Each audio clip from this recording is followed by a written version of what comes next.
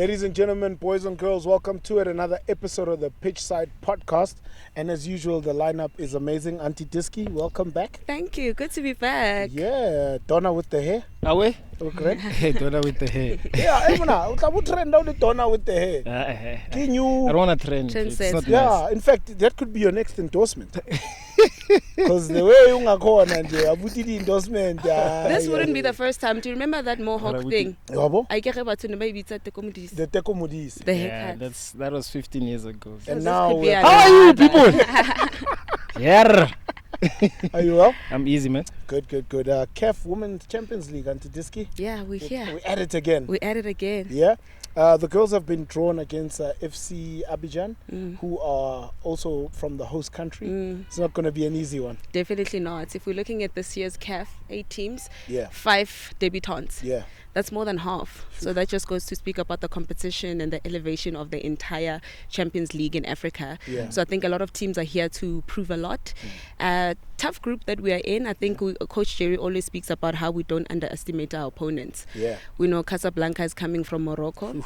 They also, obviously, they with their other teammates in Group A, Asfa, who walked away with the win last year. Yeah. So you can imagine that they're also trying to represent, and we saw the elevation of all the Moroccan teams, Yes. how much investment they going to do and stuff like that. And, I think there's a lot of good legs to look out for. Do you think that with the amount of investment that's going into women's football, especially in North Africa, do you think that it is a step back or a hindrance to the teams in the Kosafa region who are not having as much investment in the game? I definitely don't think so. I think it's probably an example. That people should definitely invest in women's football. Yeah. To make an example, one of the teams that are actually in Group B from Ghana, the president of Ghana actually, put some injection there, capital injection, to say, girls, bring it home. Yeah. I think it just sets an example that we need to be investing from all aspects of the economy to say, girls, we've got your back. So I think it's more of a setting an example. Unfortunately, it's not the same when we look at the demographics. Different African countries don't have that financial capacity to say, this is what we can put in. But obviously, Morocco being where it is, that's where the money is. So they can definitely do it. But I think hopefully, it sets an example for the rest of Africa to say, do invest in women's football, and you can see the results that will come out of it. Yeah. Our first game is against JKT Queens. Yeah. And they won the regional, their regional version of Kosafa. Yes. So they're going to be a strong contender as well. 100%, all the way from Tanzania. Yeah. And we know that Tanzania has some strong teams. And in the CAF inclusion, we know Simba Queens. We know from the men's side and the women's side, they are definitely a team that is really giving all they did. So JKT Queens, the underdogs, nobody saw them coming. And when they walked away with the win for the regional, they definitely are going to be putting in the work. They definitely have some players that we need to look out for. So I think the manager as well and the technical team is definitely doing the work that they need to do to make sure that they do not represent Tanzania just on a regional win, but also on the large scale of winning CAF. Also, I just want to ask something. With us Sundowns, do you think we're a team to beat? And if so, what has Coach Jerry learned from last season's disappointment and with the players themselves? And looking at also the inclusion that the players that Coach Jerry actually brought into the team, do you think now it will give him maybe a better team to be able to win it again? Because I think it is important for him to win it again. Definitely. I think there's a lot of improvement in terms of beefing up the team. Looking at match analysis, it's a bit of a difficult one because these African teams don't really have these broadcasting platforms and streaming platforms to be able to see what kind of game they're playing. So for coaches like our Coach Jerry, you have to go through the links to actually get the footage to know what you are playing against. But there's always ways to find your way around it. But I think Coach Jerry definitely beefed up the team, and also I think with the inclusions of the players that we have, like Abokolo Banyana coming through, it'll definitely play a huge role. And I think there's also inclusions of the young ones that we didn't have in the last feature that are going to be participating now. So I think definitely we stand a good chance. But we also have to look at fatigue. It's been a very busy time for women's football. You know, we just came from the Olympics now. We had that friendly go USA. We came from the World Cup. We've got WEFCON qualifiers coming up, CAF, and we know that the Hollywood Bets League is still happening. So there's a lot of fatigue. So it's just making sure we see the mental well-being of the players going into this and knowing how much it means for the Mamelodi Sundowns ladies, because we walked away with it, you know.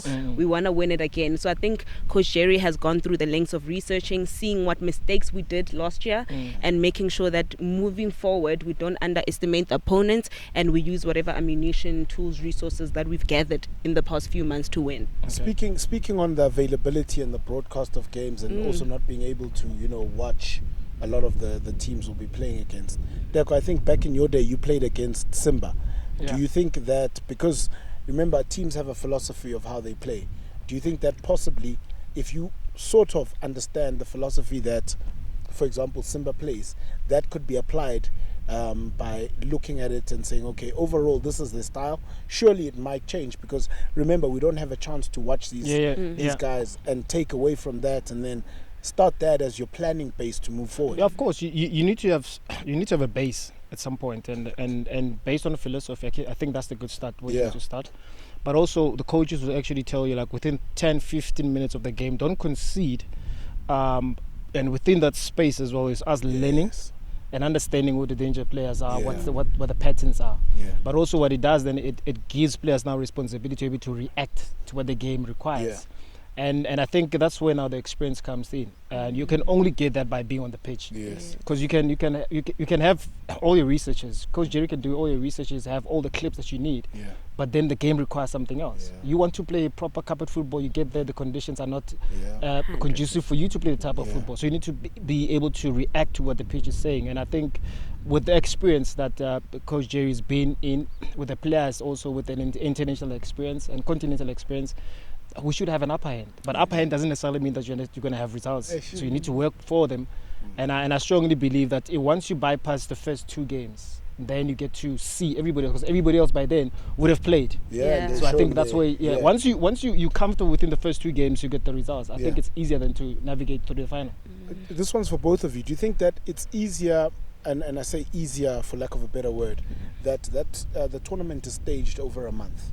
So you really get to play your game and get to see your opponents, because it's all in that circle, and then you can get to adapt, rather than the play one game here, come back to South Africa, play another game, wait a couple of weeks before you have to play the next opponent. I think playing within a month is good. Because that also then speaks to the fatigue element, right? But also as a footballer, you want to play. You want to get that momentum, and the momentum helps you to win trophies, helps you to win games. Then it becomes so important and key for a team to have a good number of players and quality on the bench to be able to rotate the players. That's why those first 2 games are easy. They're so difficult because of the importance of winning those. And the third game, you can be able to rest and rotate the players. Because then you're looking forward to the final or quarterfinals, whatever the case might be. But also in terms of fatigue, of course, it forces now the coach to have a training method that is different, to approach the games that are different, and also planning to the games. As a coach, I would say, if I'm playing a tournament that is a month, within the space of a month, which means every 3 days I'm playing. And if I need to win my games in the first 20 minutes for me to be able to be flexible enough to make the sub 60 minutes, 75 minutes. But I need to win the first 20 minutes. I need to be able to win the games. I need to be 2-0 up, whatever the case may be. Because then it gives you, because then when you're 2-0 up in the first 20 minutes, you get to relax on the ball. You don't use so much energy. Because now you're forcing the opponents to open up. So you get your third one. Then my key players are always going to be substituted first. And I think that's the approach that I'll have. But that's what I'm saying. But sometimes you need to adjust and readjust according to what the game requires. Auntie Diski? Yeah, I'm gonna agree with Deko, and I mean, as he's speaking from a player's perspective, he's the person that goes through the experience. We are looking at it from a spectator's view. We can only imagine that definitely the fatigue, is going to play a hand. Also just the focus, we have a month, we are focusing on this tournament as opposed to having to go back and then there's training, there's possible injuries, there's this and that. So I believe that it's probably a better setup to just do the tournament all at once than to have to fly there and back and that kind of thing, just to keep that mentality and the focus on the same center. Yeah, I think the toughest part is you can't plan for injuries.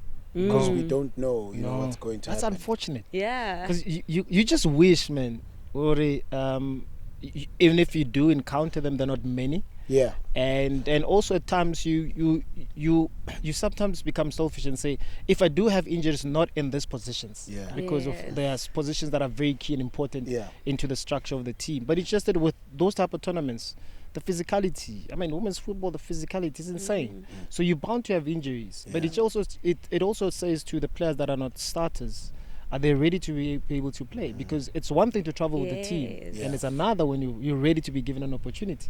And I think now becomes important as to how the team is aligned, the coach, technical members, and how ready are the players. Because you can train, you can train for 6 months. Without getting an opportunity to play. And when you do get it, you realize that mentally not even ready. But you're physically fit, but you're not mentally ready to be able to play.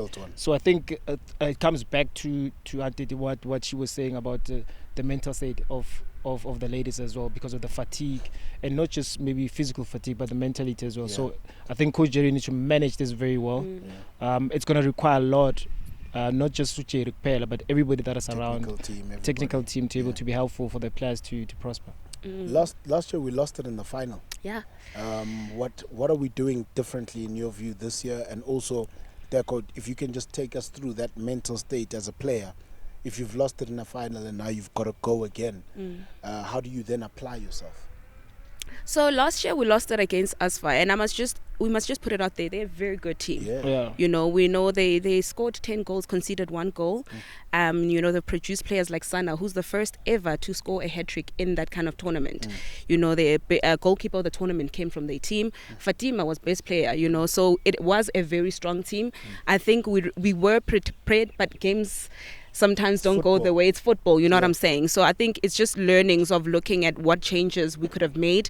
And obviously now we have some injuries. We saw Lelona Daweti did the most in the last inclusion, and unfortunately she's injured. And goes back to what Deko was saying now, to say unfortunately injuries are there, but then it's an opportunity for those ones who have been sitting on the bench to put their hands up, and it's their time to shine. So I definitely think going into this one, I'm not too sure what obviously Coach Jerry has done on his end to make the changes, but I don't think it's drastic changes, because we were not a bad side at all. It was just one of those things that we were facing a very strong team that also wanted it as bad as we did, and now we're gonna go back and claim it back. And Coach Jerry was here sitting with us, and we were talking about how we won COSAFA, Hollywood Bears. We know we are back at the top, and we want to bring CAF at home. So I think the spirit also, the support from supporters, I think people don't actually understand how much it means to the players. If we can also get the supporters to be engaging, to be watching, to be tweeting, to be supporting the girls, it goes a long way as well, to just get confidence boost for the ladies. But I think we definitely have the army,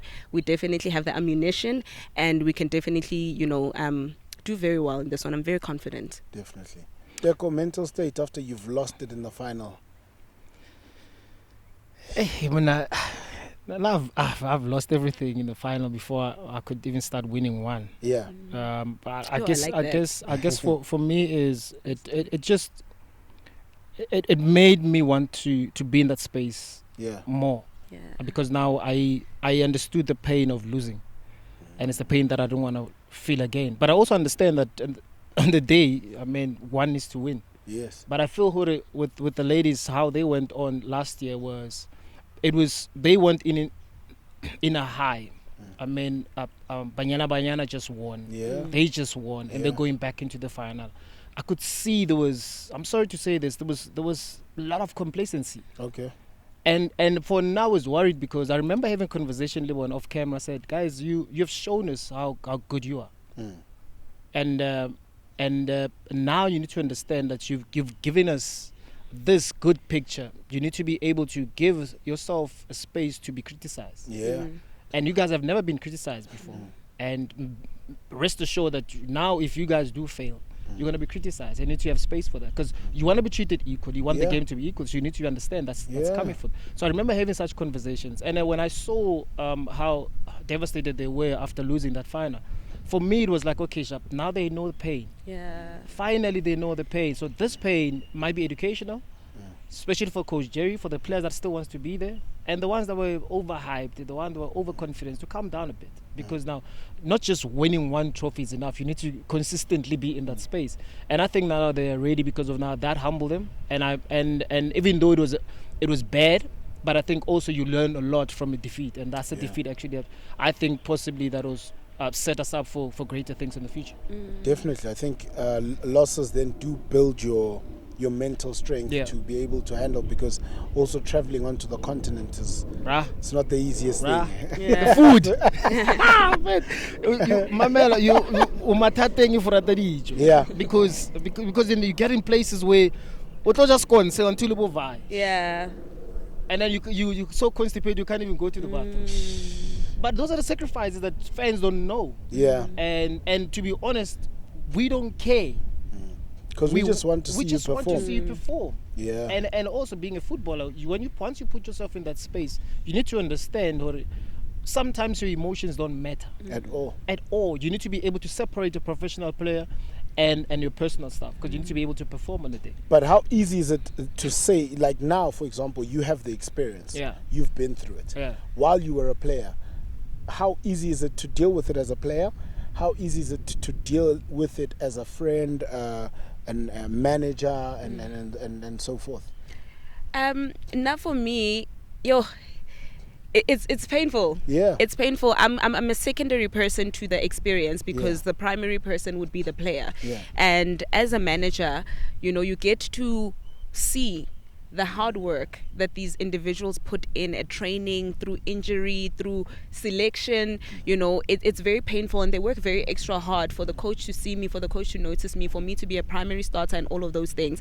And like Deko said, people don't care and people don't see that. So it's very painful when you get to see somebody putting their all in trying to make sure that their team wins. They're trying to obviously be an asset to the team, and yet it's not enough, because people just want wins, and nothing else is going to, cut it. Yeah. And, you get to a point where I've tried the best that I can, but it wasn't enough, and now people are looking at us as if we're not good enough, or we're not really pushing hard enough, because there's a lot of critics. Of course. If you sit on social media and you actually see everybody's a sports analyst on social media, and they can tell you this person was this and that person was this, and sometimes you feel like you did your all.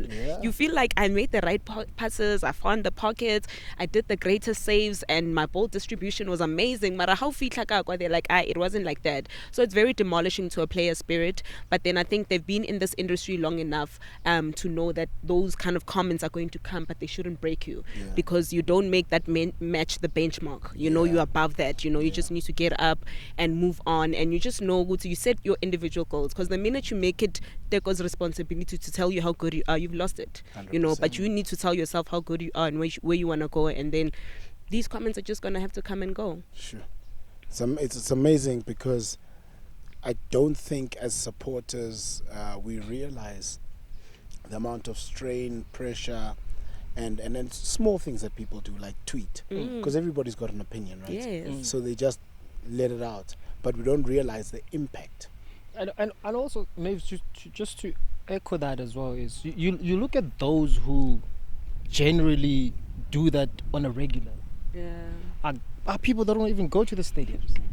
Thank you. Once you're at the stadium, nobody's on their phone. We're watching the game. You're emotionally invested in the game. Yes. So now when you're home, you're a person that never comes to the stadium. You don't understand the emotions of the game. The last time you went to the stadium, you can't even remember the emotions that you went through.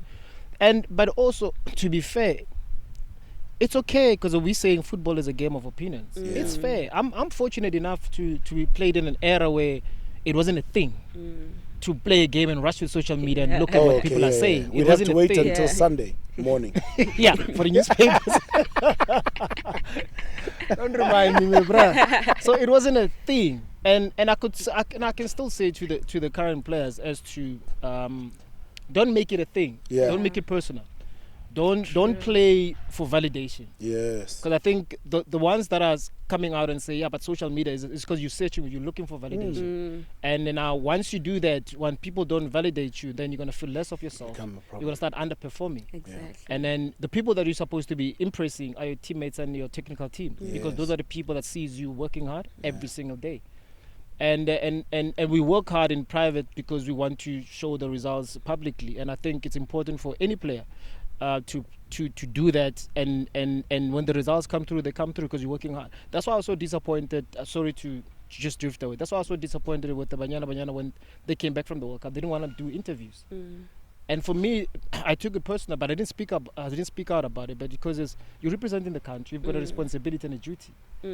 Whether we're going to criticize you or praise you, you've got a responsibility. And you demanding that you want equality, but you want to be treated differently. How?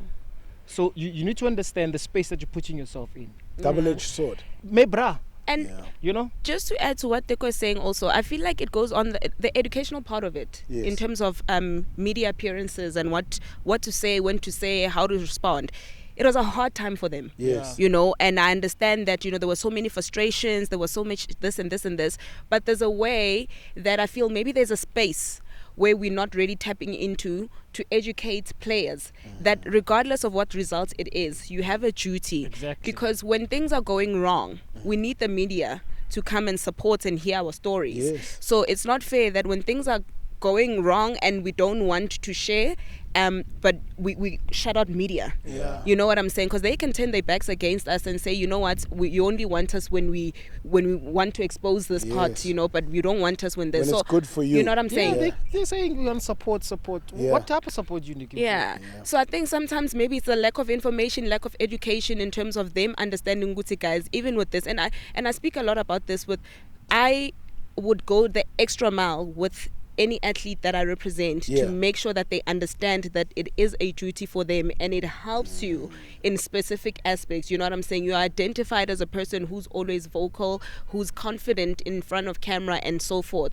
But not everybody has that privilege. You know what I'm saying? And people have this fear of speaking out because you're scared of what I'm going to say. So perhaps maybe let's close that gap in finding ways with the next coming group of how we can fix that. Would that then leads me to my next question, is to say then, was that now highlighting the importance of us having a professional women's league? Because once you have a professional women's league, there are rules, codes and conducts that you have to do an interview after the game. You have to do A, B, C and D. 100%. Would then that minimize those sort of things from happening, because that will then also allow the players to get media experience? Because I can't imagine, do you remember the first time you were on camera and how you felt? No, I was Tatazeli. No, it was never like it. No, I was Tatazeli. It was a long time ago. It wasn't nice at all. But once you get used to it, it's very difficult to get used to it, to be honest. Even today, I still don't get used to the camera. But the thing is, like, once you understand the duties and responsibilities, unfortunately for me, every team that I played for, I had a responsibility. And even though I wanted to hide most of the time, but I had a duty and responsibility, even though it wasn't given to me.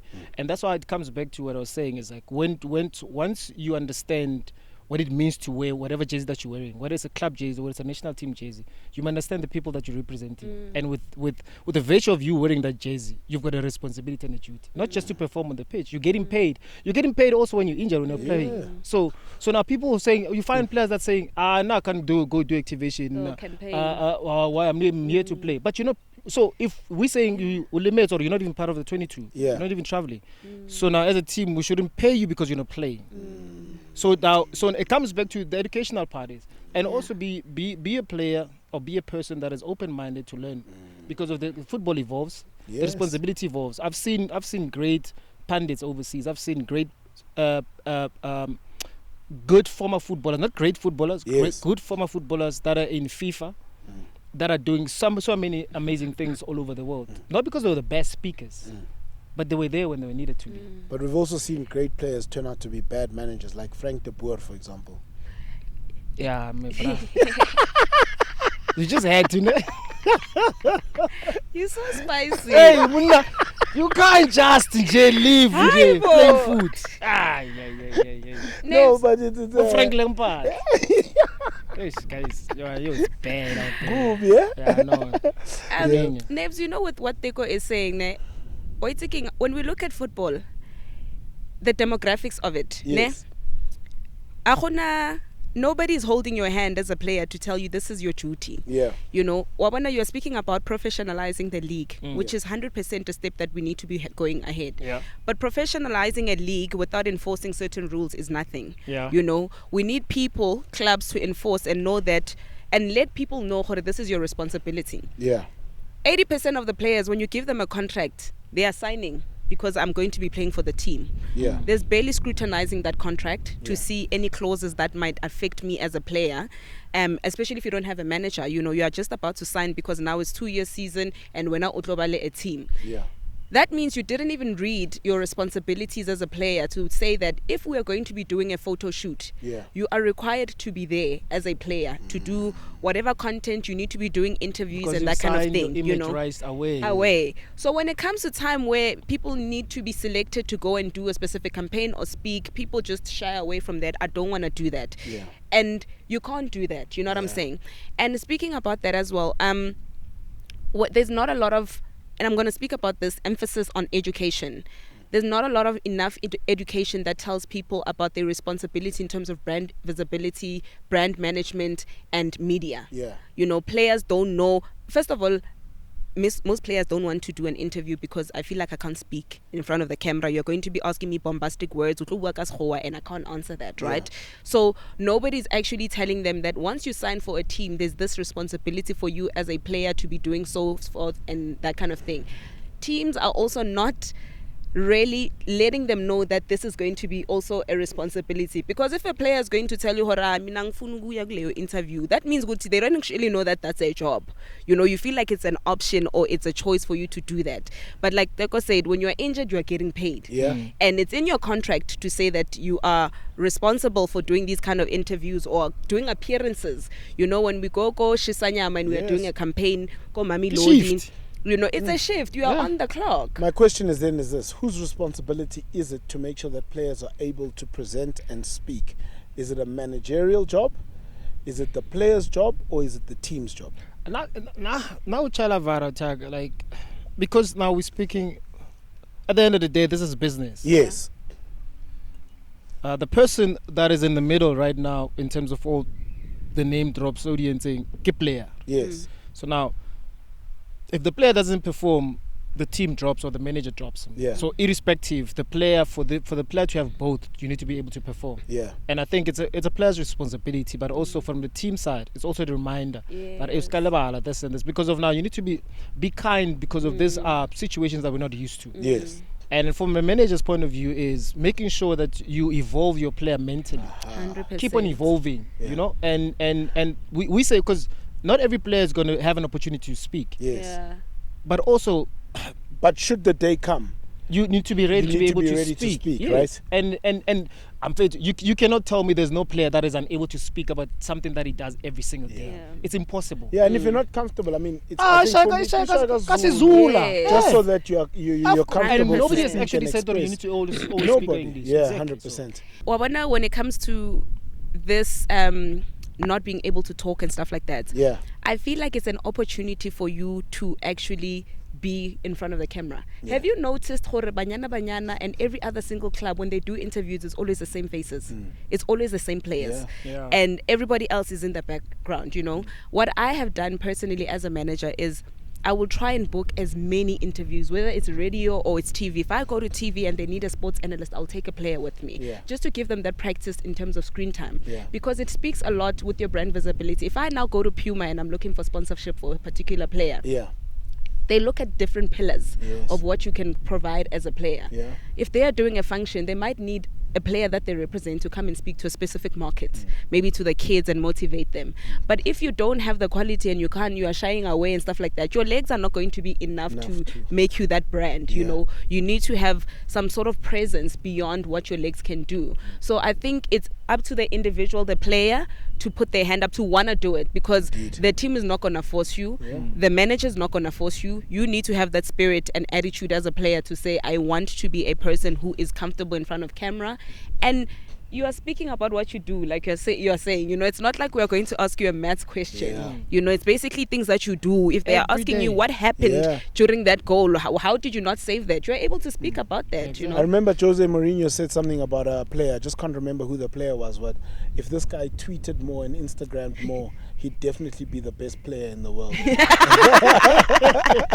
Like, this guy is good, but he just doesn't Instagram and tweet enough to become the best in the world. Guys, before we go, I've got some comments here from our YouTube page. Khaukhelo Khwedi says, man, the calmness and being comfortable over the ball from our players is extremely on another level. And then Us Kumbuzo Mali says, this is Sundowns' year to lift African Cups. All the best, Sandawana, sky is the limit. The last one from Mokhele. He says, thanks to the boys, they are working very hard to improve the quality of the game. Thanks to the technical team for giving them lessons that can improve them. And hopefully we can win this AFL and the Women's Champions League. So it's looking good, eh? It is looking good. Yeah. I like the pressure. Amazing. I like the It's pressure. amazing. There's always pressure at the top, right? Yeah. Now I'd rather play for a team that has pressure than pressure to win. Yeah. Yeah. So I like the comment that speaks about the players being so calm on the ball. Yeah. I can just imagine the type of work that goes in from the coaches, because you're getting players from different teams. They need to unlearn all the bad habits. Yeah. And it takes time. Yeah. And also, if a player can be that confident and comfortable, you must understand the coaches probably said, or if you make a mistake, it's on me. Yeah. Don't worry about you. Because for you to be able to do that, you must understand you're not worried that you're gonna be replaced. Yes. Because you used to be coached by coaches. Hello, it's a mistake. When I post match, now I stay there. What happened? But ask now him why you're not Mark Chuku. Exactly. Ask him. All season. Ask him. So kudos to the coaches and the players for being responsive and progressively learning and becoming better every day. Before I let you go, as a player, if I'm Nati with the ball at your feet, you're not really comfortable. Yeah. But you are very comfortable in defending. Yeah. So if they're coming to you, you know how to stop the play. You can. But for that, can it be taught? Nati on the ball. I don't think you can. I didn't think. It depends on what age, bruh. To be honest with you. Well, look, let's say a defender, the average defender in the PSL at 27, 28 is at their maturity. Late. By 27, 28, for you to unlearn the day you going to do the new things, you're 36 by then. Yeah. So it's very difficult, but also it helps for coaches to be able to use or find defenders or midfielders that are very versatile, because the football requires you to do so. Yeah. Gone are those days when you have a defender that just enjoys defending. Yeah. And then what happens if you always have the ball? So you defend about one. So we one man less. Yeah. Basically when in position. Yeah. So now it's important as players. We're speaking about learning and education. Yes. Education doesn't just stop there. As a footballer, you need to learn. You need to continuously watch football, not just local football, because these are people that you're competing with. Just continuously watch international football. And guys, if you're not playing in a number 10 role, stop watching Messi. If you're playing in a 6 role, look at the players that are playing in that position. 100%. If you're playing a right back, look at the players that are playing in that position, and look at the games that were in, the things that you can improve and adopt and nitpick there and there and put in your game. I think that's the only best way to do it. Amazing. Yeah. Auntie Diski, King Donna, thank you guys very much for your time. Plaisir. Yeah. Thank you very much. Exciting times. Masandawana, please don't forget to like and subscribe to the page. Keep leaving your comments, and we'll see you on the next episode of the Pitchside podcast. Bo, bo, bo, bo.